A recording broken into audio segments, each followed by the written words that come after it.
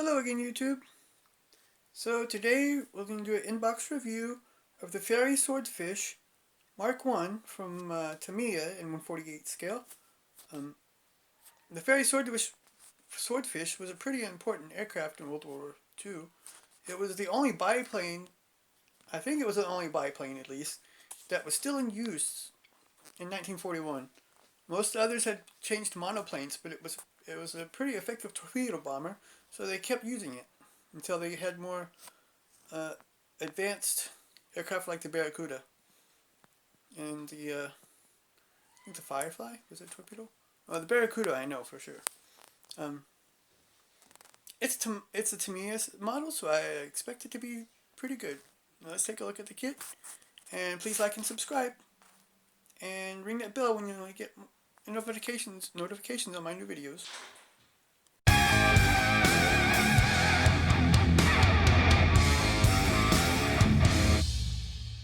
So here's the box art for the Swordfish. Swordfish is a pretty neat plane, considering it was one of the few biplanes they still used in World War II. It was largely, well, it was a good aircraft for one, and for two, the Royal Navy had problems getting new aircraft because the RAF took most of the resources they needed it too. But Navy, I mean, I read something in that direction, that the Royal Navy didn't get a lot of the resources they need to build new aircraft, so they had to take either RAF aircraft, like they changed, like the Seafire, for instance. They took the Spitfire, made it into something that can land on an aircraft carrier. This is also, it was before then, but it uses a lot in World War II as a torpedo bomber. And it has here's some painting instructions on the side.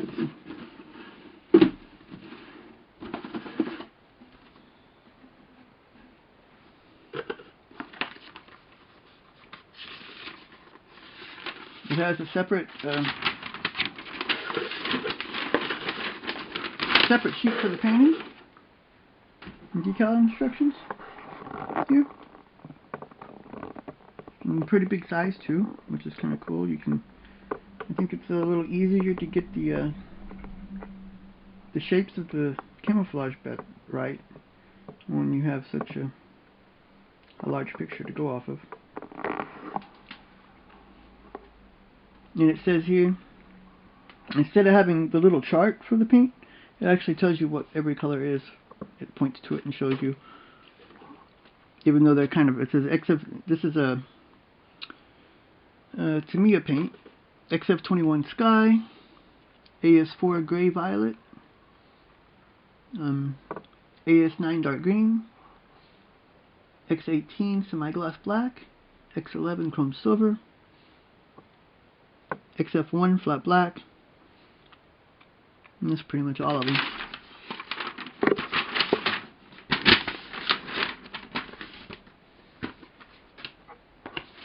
Instruction sheet. Here's some more instructions even for painting, and this is for the for painting the armaments, as well as some other stuff here that I can't read because it's Japanese, even though it says 7.7mm here, but it's talking about the machine gun. I guess it's just pointing out what it is. 46 centimeters, 730 kilogram. That's talking about the torpedo. 113 kilogram. Just these little bombs here. And here, in this little build, is different 825th Squadron, Bismarck attack, 823rd Squadron. Different paint jobs. Which, in the back, some more painting instructions. So, loose. Also, a correction sheet and drilling holes. It says, "Do not open this hole."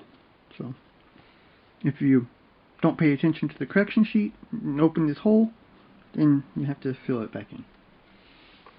So it starts out with the cockpit. Now these planes, biplanes, this is a more modern one for, you know, it was one of the last biplanes to be used in combat there. So the cockpits are fairly simple, but this one looks pretty decent actually. There won't be that much detail because they weren't a lot inside. But you see here, the radio. So here you have stuff like the some framing and control stick, and another lever. Here's the pedals, another control stick. Here you have the instrument panel, radio, the framing for the sides. Putting the first part here onto the floor. Then here you have some more details.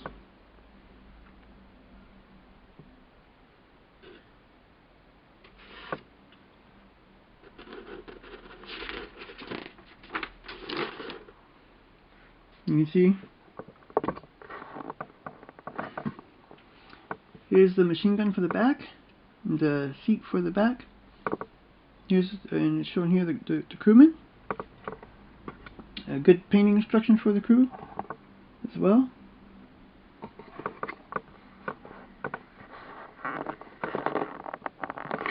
Here's internal detail, painting or details on the instrument panel.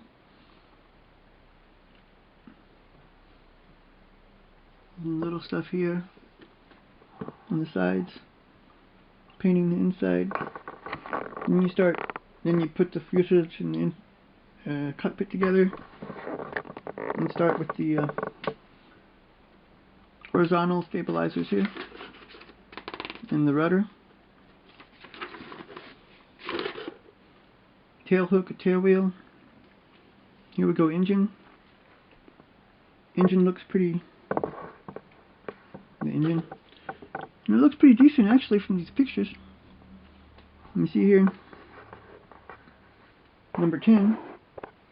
There's a lot of parts to it. You have the pistons, the ring, the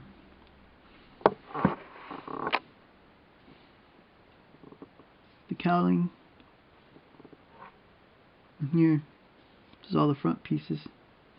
I don't even know what half the stuff is here. Like all the stuff. The later aircraft didn't have all this stuff on the front. It had like a smaller. It had a couple of the things there, but I don't remember what they were. And here's the exhaust. You know, putting the engine on the aircraft. This is for the here on this on the top for the wing. Some detail parts here.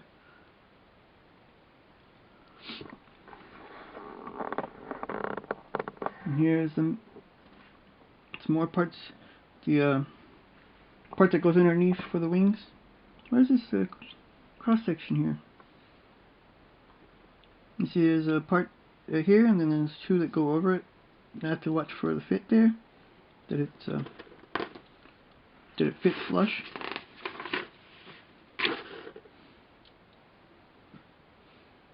Here's some more details here. The strut for the wing, and here is for the folding part.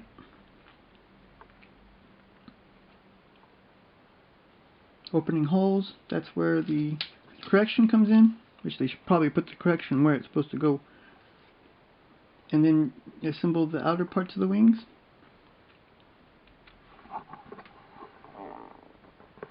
You go here to the top. It looks like this can be built as open or closed wing, which is pretty cool too. Some more holes to open. And assemblage of the wings. You can see you're putting a whole thing together as one section, one sub-assembly. This whole outer part of the wing is one sub-assembly.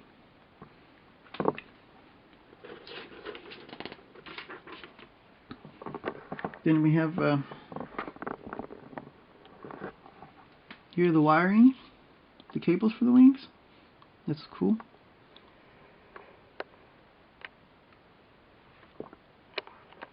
Then we have the munitions. It comes with bombs. Looks like bombs and rockets and a torpedo. And the torpedo is on the top here. Then we go for the landing gear.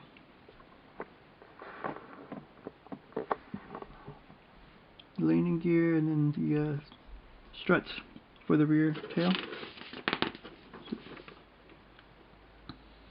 Then you can see you can either do it with folded wings. These wings fold toward folded toward the fuselage, or with open wings. Then you just have the instructions for the torpedo, and then the propeller and a couple of detail parts. And then you have the markings. I think this is a 825th Squadron, Lieutenant Commander E. Esmanda.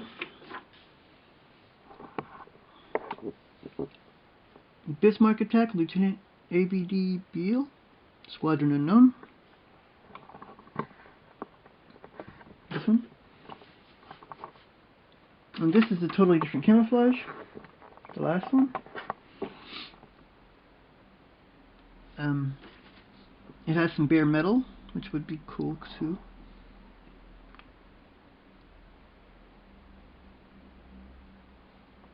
This is the 823rd Squadron. So it's probably an older model. I would go one of the first two, I think. Doesn't matter which one. But if they don't know what squadron, if they don't know what squadron it was, then how do they put the squadron identifier on it? And that's usually what these numbers are.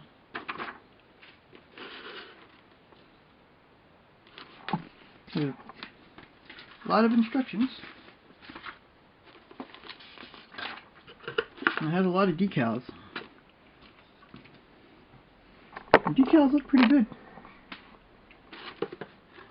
They're really clear, and there's a lot. There's even decals for the seat belts. There's some gauges. They look pretty good. You have different types of the roundel here. This is Great Britain, and that's New Zealand, I believe, if I'm not mistaken.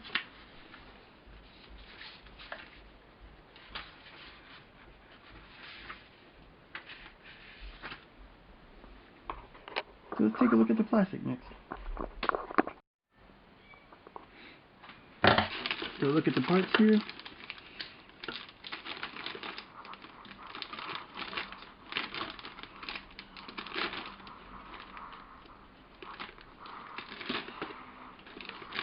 I can get my hands to work.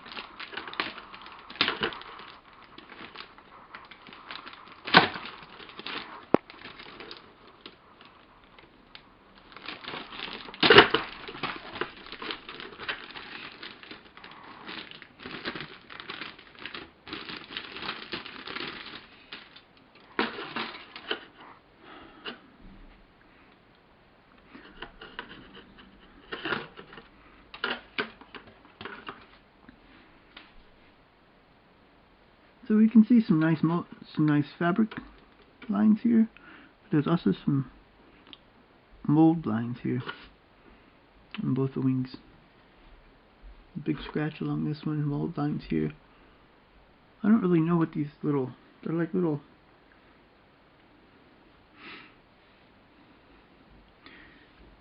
something with the molding is not okay. Here on the wings, they have these little folds, or they're dents. There's more of them here. It's going to take some cleanup. Here's the tailpiece on the bottom. It looks good for the landing gear. They look good too, and the wheels look pretty good. All the wheels here together. Here's the catch. Some detail parts. All of them look pretty good.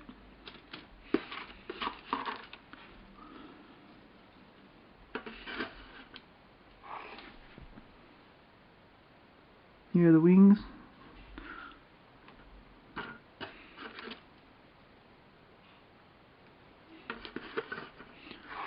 Once again with these lines here from the molding. And here's not even either. Along here.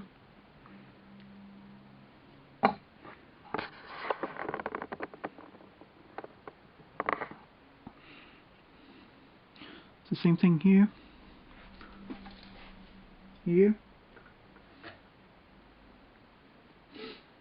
Looks like some problems with the molding on the wings.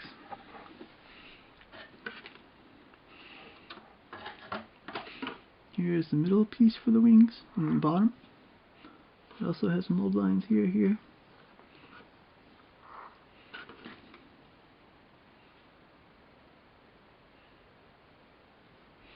It goes all the way across here.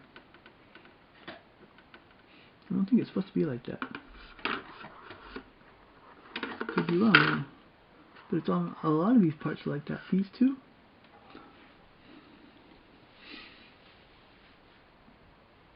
The struts look pretty good though.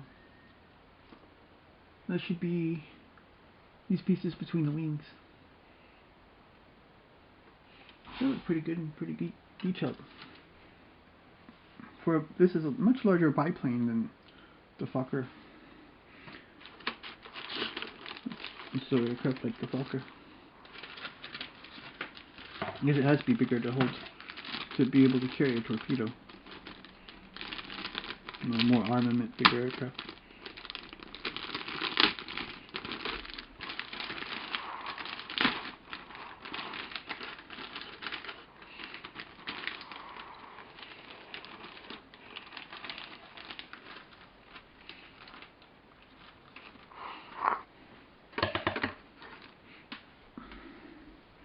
The inside of the fuselage looks pretty good here. Some good details on both sides.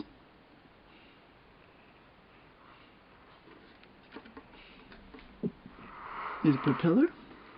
It has lines to mark off where the tips are yellow.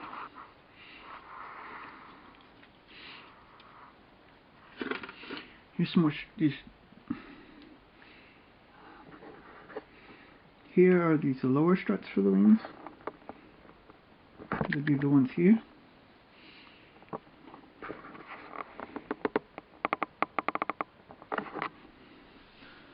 And they look pretty good.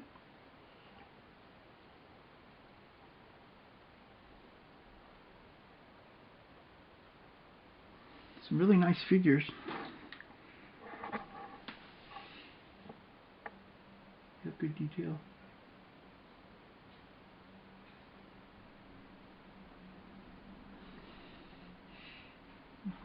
Looks like the pilot has positionable arms. You can move them. Two of the figures have positionable arms. This one has the arms already on. The outside of the fuselage, you see here on the tail, is once again one of these lines. Molding lines on both pieces from the tail. You can see it really good there. And this one has the same thing. The propeller looks good though. Some more small detail parts here.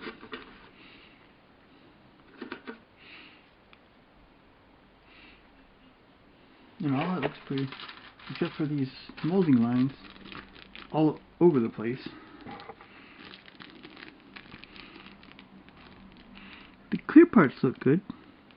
There's not a lot of them because it's an open cockpit, but they're pretty clear, and they're really clear, and they have good framing around them.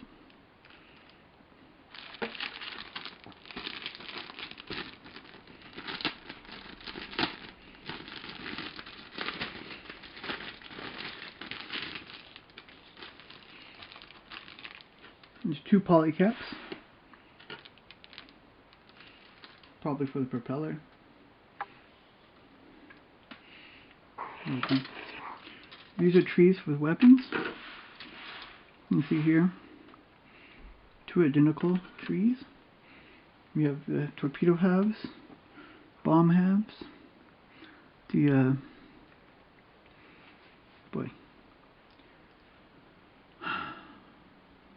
the attachments for the weapons. Right now I can't remember what they're called, even though I know it. Sometimes I have problems with these words. There's some smaller bombs, and it looks like rockets as well. Mostly here is all weapon pieces, looks like.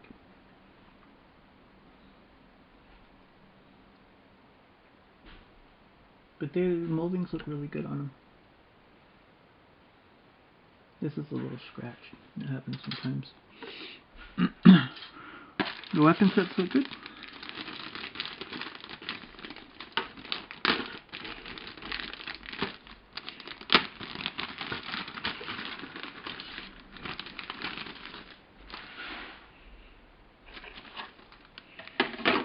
There's a piece there on the inside. The cowlink. It came off already. Luckily it's not broken where it came off.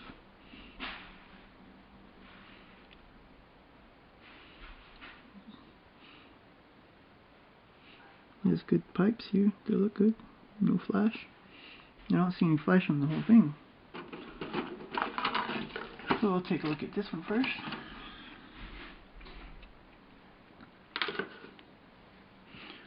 Here are the engine parts, the pistons, and the piston rods. Here, piston rods. They look pretty good. This will be the 2. Move it up a little bit. The framing for the engine, or for the interior, goes on the sides with all the little tools they need, and radios, I don't know, controls and stuff. Here's another ring.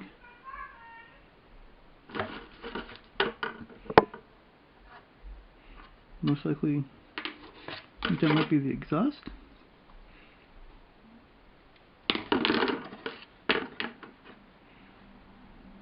And seats. Radio, I'm pretty sure. Lots of small detail parts. Looks like the interior is well detailed. There's most likely photo etch for it though, as well. And here, last tree. We have the same mold lines here, everywhere on the wings. We had some molding problems with the wings, it looks like.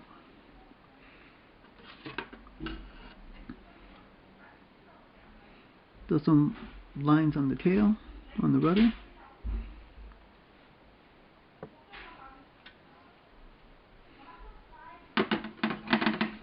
Here the horizontal stabilizer looks pretty good though. There's not a lot on it. There's some more small detail parts.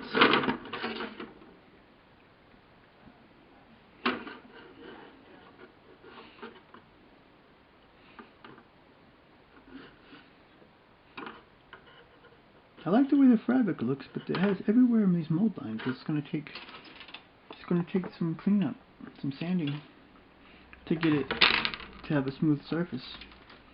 I mean, you don't want it smooth, but you're going to have to lightly sand all the wings to get it even, to get it between the fabric pieces smooth. Unless it's supposed to be some kind of cables or something, but it doesn't look like any kind of lines that are supposed to be there. It looks like molding problems. Despite that, it has no flash, and I think it looks like a pretty good set. I think it'll turn out to be a good looking aircraft. Next time we'll be looking at a special. It's not a normal kit. It's something I've had a subscription to for almost 2 years, and it's a really big 1/18 scale X-wing. So until then.